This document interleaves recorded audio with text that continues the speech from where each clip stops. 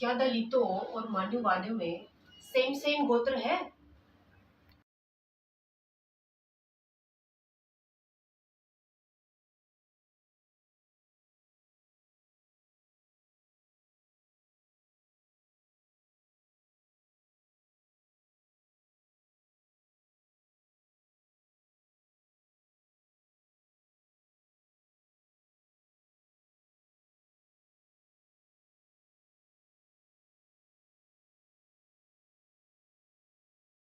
मैं हमेशा कहता रहता हूं कि सवर्ण और दलित ये एक ही समाज के हिस्सा हैं।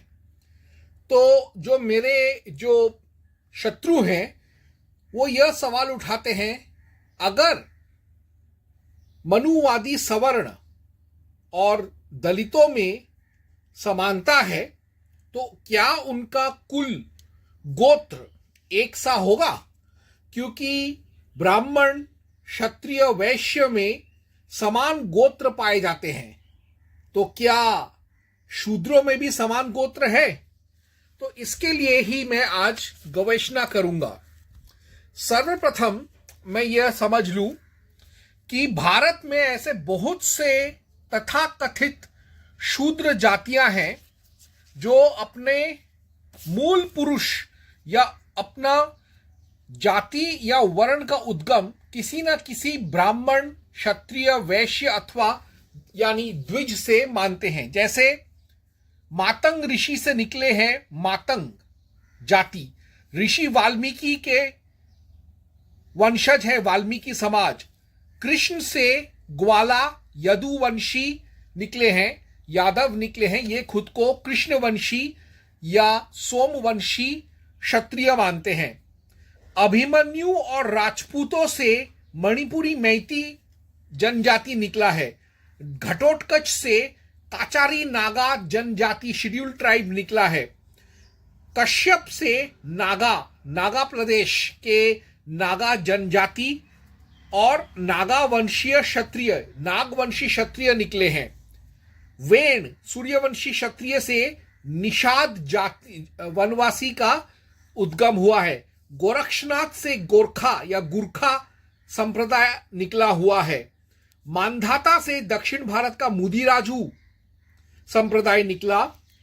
ब्राह्मण फूल माली से सैनी जाति निकला। गरुड़ से काक्का ऋषि जाति निकला जो कि खुद को ब्राह्मण मानते हैं। वैसे ही बंगाली अवर्ण नाम शूद्र जिनको नामासेजा कहते हैं वह खुद को ब्राह्मण मानते हैं। टागा या तागा नाम का एक शेड्यूल कास्ट है जो खुद को ब्राह्मण मानते हैं। राजपूत और भील के मिलन से भिलाला संप्रदाय निकला हुआ है राजपूताना का। दुर्योधन के वंशज है नीलगिरी पहाड़ों के टोडा जनजाति। बंगाल में विश्वकर्मा से निकले हुए हैं सूत्रधार शेड्यूल कास्ट संप्रदाय। वैसे ही महाराष्ट्र में एक और जाति है जिसे कहते हैं जो मंदिरों की रक्षा करते हैं, सिर्फ और सिर्फ शिव मंदिरों की उनका पूरा जिम्मेदारी उनके ऊपर होता है। उस संप्रदाय का नाम है गुरव। हालांकि यह शेड्यूल कास्ट माने जाते हैं, ओबीसी माने जाते हैं या कहीं कहीं पर एसटी शेड्यूल ट्राइब माने जाते हैं। इनका दर्जा ब्राह्मणों जैसा है और कोंकण के सारे और महाराष्ट्र के तटीय क्षेत्र के सारे शिवालयों पर इनका आधिपत्य है। तो ये तो हो गया सामाजिक समीकरण। शास्त्र क्या कहते हैं, क्योंकि हिंदू धर्म शास्त्रों से चलता है। सर्वप्रथम मनु 3.197 में लिखा है कि वशिष्ठ का एक पुत्र हुआ था शुकलीन और उससे ही शूद्र जाति का जन्म हुआ। तो मैं अभी पढ़ूंगा मनु 3.197।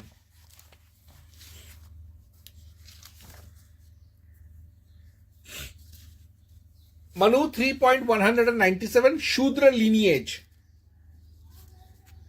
अत्रि के पुत्र बर्हिषद हैं। यह देव, दानव, यक्ष, गंधर्व, सर्प, राक्षस, सुपर्ण और किन्नर इनके पितर कहे गए हैं। और ब्राह्मणों के सोमपा, क्षत्रियों के हविर्भुज, वैश्यों के आजपा और शूद्रों के सुकाली पितर हैं। तो यहां पर साफ साफ लिखा हुआ है कि शूद्र जो है वो शुकलीन या सुकाली के वंशज हैं, जो खुद मनु का खुद का पुत्र था। यानी यह भी अप्रत्यक्ष रूप से ब्राह्मण जाति से ही निकले हुए हैं, ये सारे शूद्र या दलित। और यहां पर किन्नर जो एक हिमालय का एक जनजाति है, वह अत्रि ऋषि से निकले हुए हैं। और आगे इसी श्रृंखला में मनु 10.15 कहता है कि आभिर जिन्हें हम शूद्र कहते हैं और धिवग्न, ये दोनों जातियां ब्राह्मणों से निकले हुए हैं।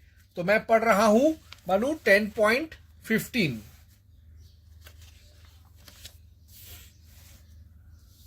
जो ये कहता है, ब्राह्मण के द्वारा उग्र कन्या के गर्भ से उत्पन्न पुत्र आवृत, ब्राह्मण से अंबष्ठ कन्या के गर्भ में पैदा हुआ पुत्र आभीर, और ब्राह्मण से आयोगवी कन्या के गर्भ में उत्पन्न पुत्र घिग्वग्न होता है या धिवग्न होता है। वैसे ही मनु 10.9 यह कहता है, क्षत्रिय प्लस शूद्रा औरत से उग्र जाति का जन्म हुआ। मनु 10.9। क्षत्रिय से शूद्रा के गर्भ में उत्पन्न संतान का उग्र नाम होता है। वह संतान क्षत्रिय शूद्र पिता माता के स्वभाव युक्त क्रूर चेष्टा वाली और क्रूर कर्मकारिणी होती है। आगे मनु 10.11 यह कहता है, क्षत्रिय और ब्राह्मणी के बच्चे को सूत कहा जाता है। मनु 10.11। अनुलोम से पैदा हुआ पुत्रों को कहकर अप्रतिलोम से पैदा हुए पुत्रों को कहते हैं। क्षत्रिय द्वारा ब्राह्मणी से उत्पन्न हुए पुत्र को सूत, वैश्य के द्वारा क्षत्रिया से उत्पन्न को मागध और वैश्य से ब्राह्मणी में उत्पन्न को विदेह कहते हैं। तो यानी कई सारी जातियां हैं भारत में जिन्हें हम अनुसूचित जाति कहते हैं, जिनके अंदर द्विजों सवर्णों जैसे कि ब्राह्मण, पंडित, पंडा, बनिया, ठाकुर, क्षत्रिय, रजवाड़ा, राजपूत, भूमिहर, वैश्य, इनका ही डीएनए आरएनए है।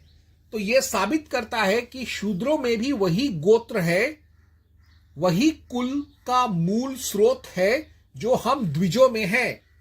और भागवत महापुराण 6.5.30 कहता है कि शंबर असुर जो हैं, शंबर असुर क्लैन फ्रॉम ऋषि कश्यप, अर्थात जो प्रथम असुर पैदा हुआ था मानव जाति में, शंबर या शंबरासुर, वह स्वयं महर्षि कश्यप, ब्रह्म ऋषि कश्यप का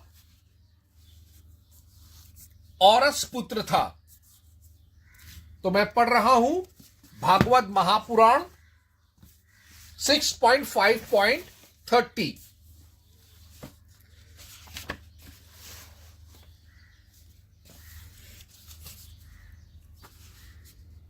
द्विमूर्धा शंबर अर्थात शंबरासुर, अरिष्ट, हयग्रीव ये एक और राक्षस है, विभावसु, अयोमुख, शंकुशिरा, स्वरभानु यह एक राक्षस था, कपिल, अरुण, पुलोमा एक राक्षस था, वृषपर्वा, एक चक्र, अनुतापन, धूम्रकेश, विरूपाक्ष, विप्रचित और दुर्जय ये कौन है?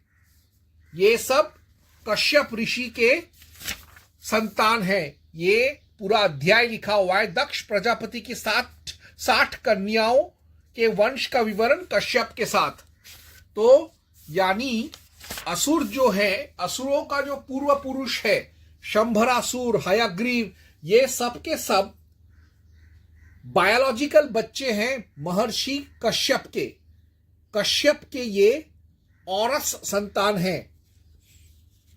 और तो और इसी सिलसिले में विष्णु महापुराण 1.13.33 to 35 कहता है कि जो निषाद जनजाति है, जो एक शेड्यूल ट्राइब हम आज कहते हैं, वनवासी आदिवासी कहते हैं, निषाद फ्रॉम राजा वेण सूर्यवंशी, यानी राजा वेण सूर्यवंशी का डीएनए आरएनए है निषाद वनवासियों में। और इसी निषाद वनवासी जाति में एकलव्य का जन्म हुआ था, वह भी निषाद राजकुमार था। तो मैं पढ़ रहा हूं विष्णु महापुराण 1.13.33 to 35।